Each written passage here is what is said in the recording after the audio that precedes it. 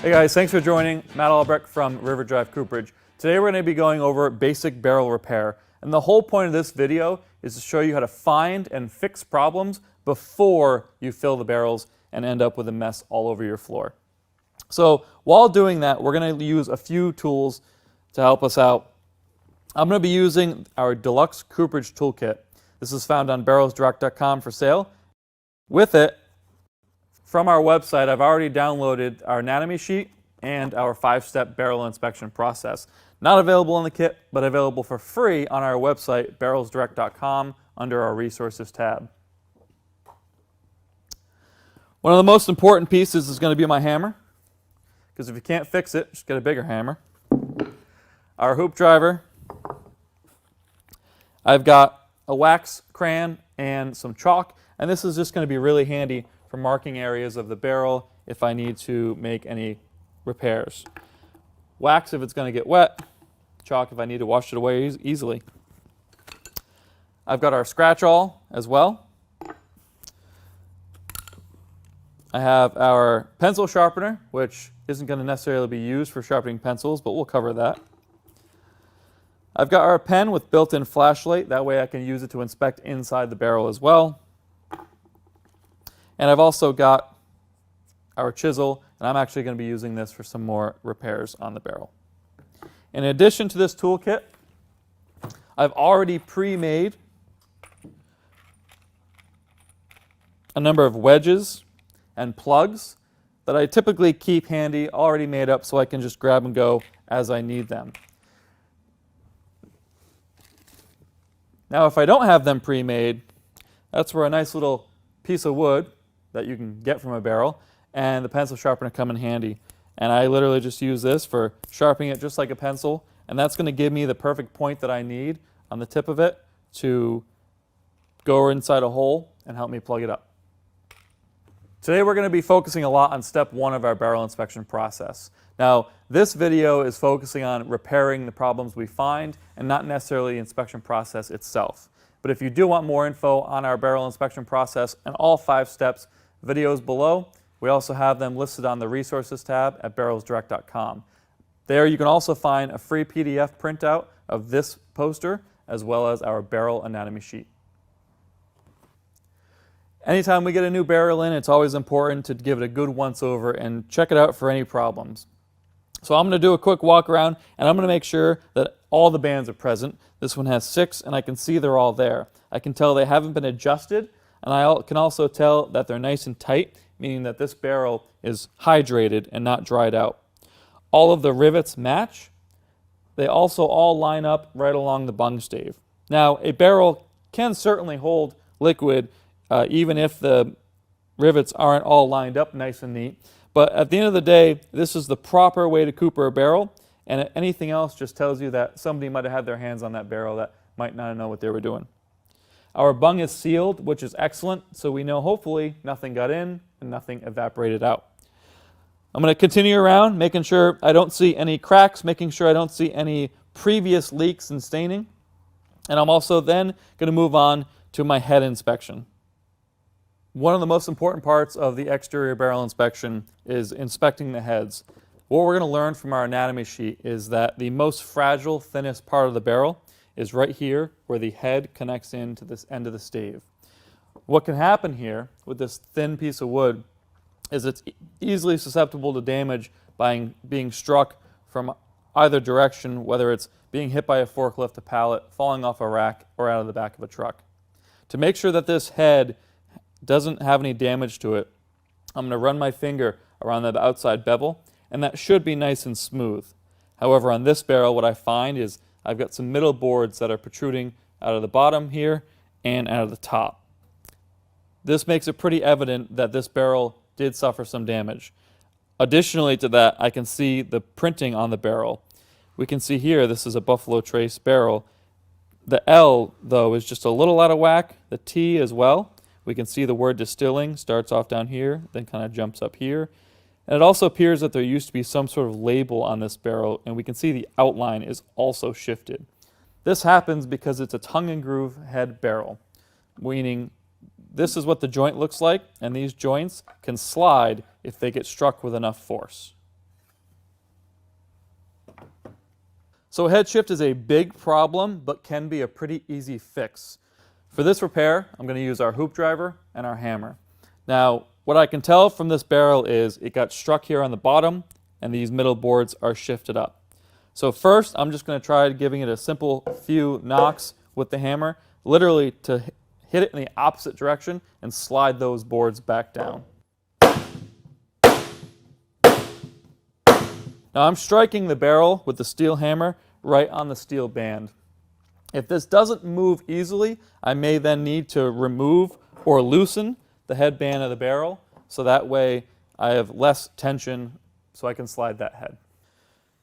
Now we can already see our L's back together, our T's back together, and that outline of the label is now perfect. Now if it doesn't move very easily by hitting it, you may have to loosen or remove the headband with your hammer and hoop driver before sliding that back into place. So after we complete our exterior barrel inspection, which is step 1 of our 5-step barrel inspection process, we move on to step 2, which is the pressure test. Now, we'll cover pressure tests and the barrel inspection a little bit more in our barrel inspection video, but for now, what we're trying to do is we're trying to introduce a small amount of liquid into the barrel, apply a little bit of pressure to the barrel, and then we're going to roll the barrel all around, flip it from head to head, and look for that liquid leaking out. There are 2 ways we can do this, and I want to make sure I start off by saying barrels are not designed to hold pressure. Too much pressure, the heads will blow out, people can get killed and seriously injured.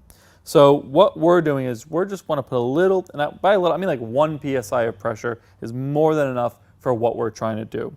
There's 2 ways that we can do this with common tools we have laying around. We can take a wooden bung, we can use the one that's already in it if there's one that in it when it gets shipped to you, or we can take one that we have. Of course, if we're using this for beer and wine, make sure we take all of our sanitizing precautions. But we can take the simple wooden pulper bung and a drill bit and drill a small hole right through it.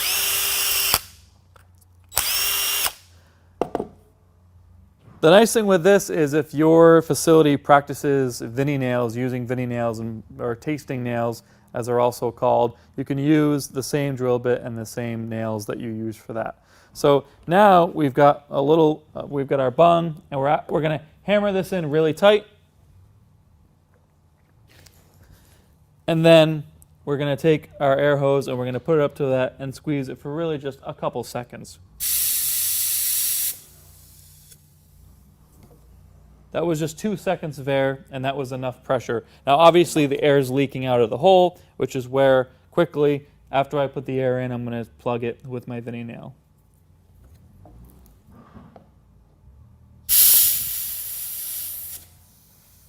Just like that, and hammer that in. Another way is to take some silicone bungs that you may have laying around, and we can use a drill press to drill a 3/16 or 1/4 inch hole down the middle of it. The hole needs to be small enough so that way when you plug the barrel, it's going to kind of squeeze that hole closed on its own. But this gives us a nice reusable and easy to insert and remove bung that we can get the air through. Once I've got a little bit of air pressure inside the barrel, and again by a little I mean 1 psi at most, I can then roll this barrel around as long as I have just a little bit of liquid inside of it and inspect for those leaks.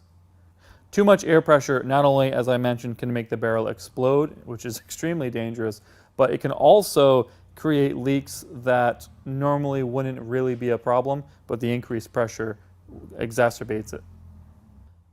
I can tell that this barrel is most likely going to leak, so we're going to put it up on our rack, take a look, and see if we can fix it.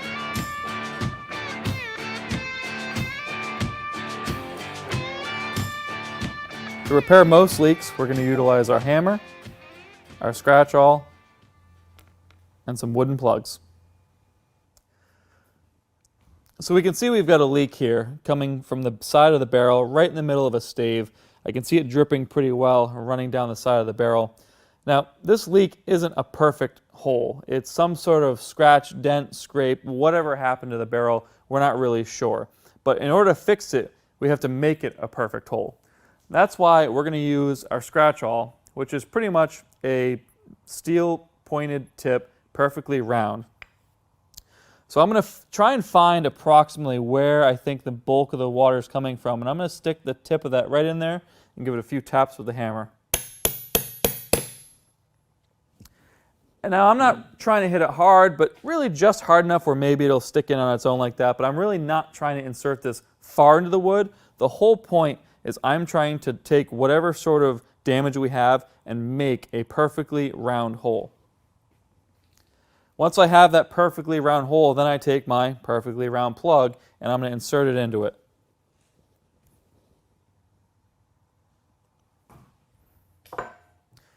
Use my hammer to tap that in further. And that solves my leak. Round plug, round hole. Now I can take this one step further and I can get a chisel or a small saw and I can use it to trim it nice, neat, and flush.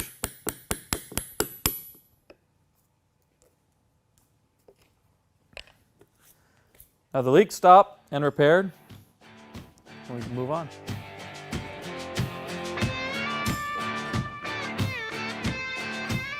If we find a bug hole, to fix this, we're going to use our hammer, scratch awl, and some wooden plugs. One pest that we have to deal with when it comes to barrels is wood boring beetles. And these are annoying little pests that like to bore through the wood, causing a perfectly round little hole. And I can see I've got a leak right here that's almost coming from under a band, because not only do they bore these perfect round little holes, but they love to do it under a band, in a crevice, or even in the edge of the barrel head. Now, before I start sticking things in there, I'm going to use my hoop driver and hammer to move this band out of the way so slightly. So now I've exposed that hole. And while it's hard to tell with the water running, that's a perfectly round hole, and that's how I know it was caused by a beetle.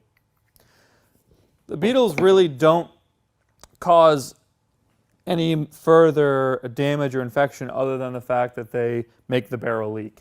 You'll see some traditional wine barrels have chestnut hoops around the edges, and that's actually as a deterrent for the beetles. The chestnut is much softer to chew through than the oak, so the beetles go for the chestnut hoops on those traditional wine barrels, leaving the oak be. This leak, I'm going to use our scratch awl and hammer to fix. I'm going to find that perfectly round little hole and I'm going to stick it in it. And I know it's technically perfectly round, but it's a little bit of an angle, so I'm going to get in there.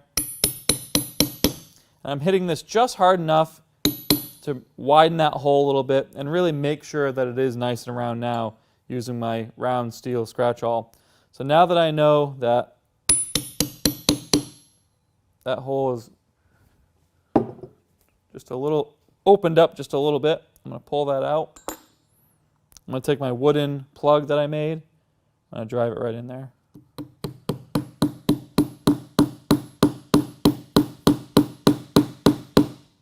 Now once that's nice and snug, I'm going to use my chisel to cut it off flush.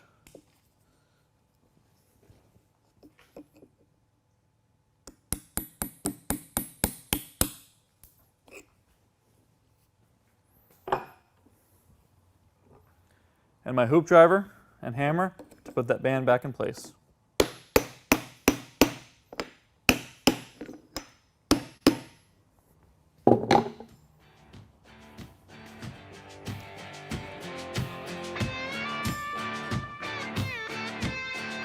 To fix a grain leak, we're going to use our hammer, chisel, and a wedge.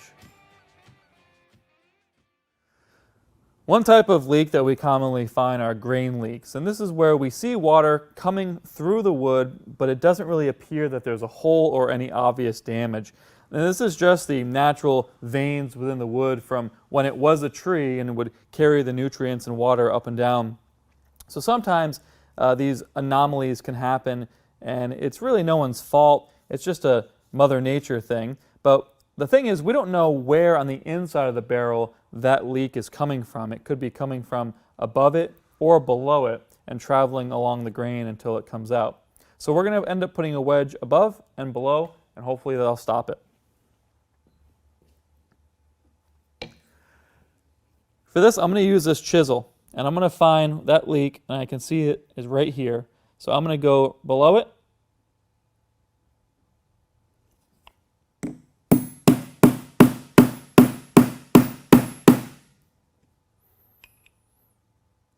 And one above it.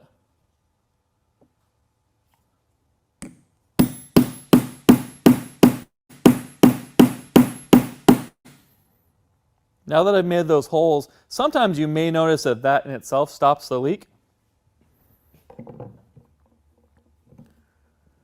But in any event, this is where we're going to use our wooden wedges, and we're going to stick them right inside those holes we just made to plug it up.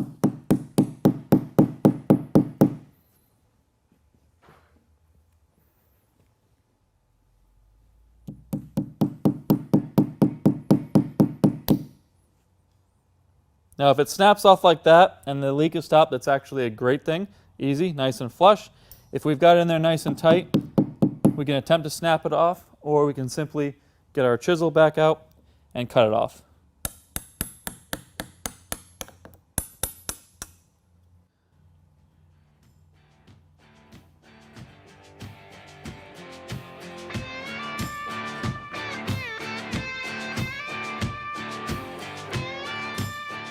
To fix a joint leak, we're going to use our hammer, chisel, and a wedge.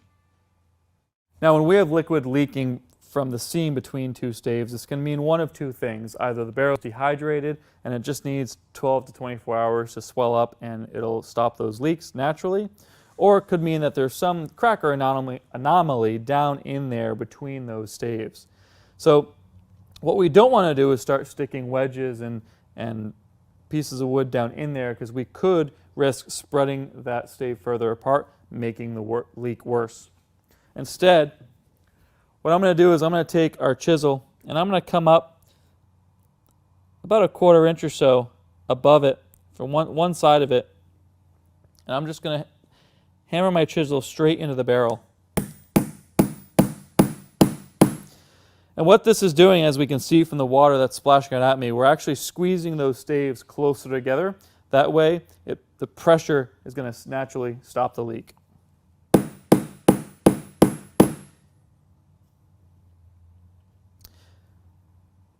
If I remove my chisel and the leak stopped, great. If not, I can then insert a wooden wedge into that hole to hold it together.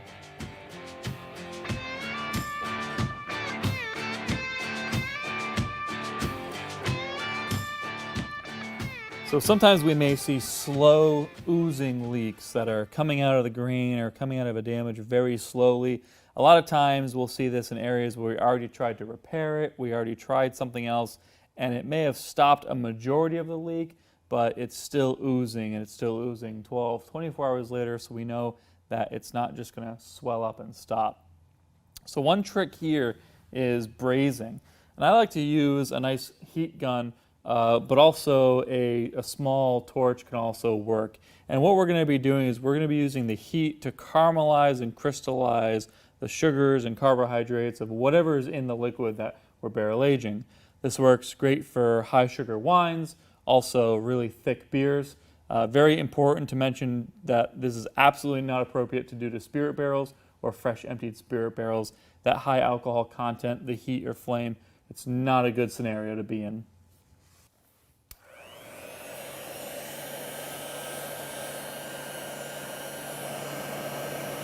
So as I hit this with the gun, I'm going to see the moisture start to bubble and those sugars and carbohydrates start to crystallize and caramelize. And essentially what we're doing is we're letting it create its own scab. We're letting it dry out and create like a scab over top of the leak. And that will stop it.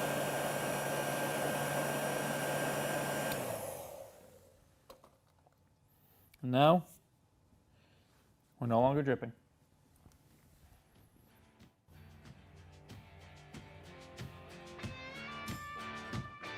Thanks for tuning in. I hope everyone found this information to be useful and beneficial. Feel free to check out barrelsdirect.com under our resources tab, where there's a ton more videos, educational information, free downloads, and pictures and diagrams of further barrel education and maintenance. If there's anything that we didn't cover that you would like more clarification on, whether you're a customer or not, that doesn't matter. Feel free to reach out and we'll be happy to help you in any way we can. Thanks.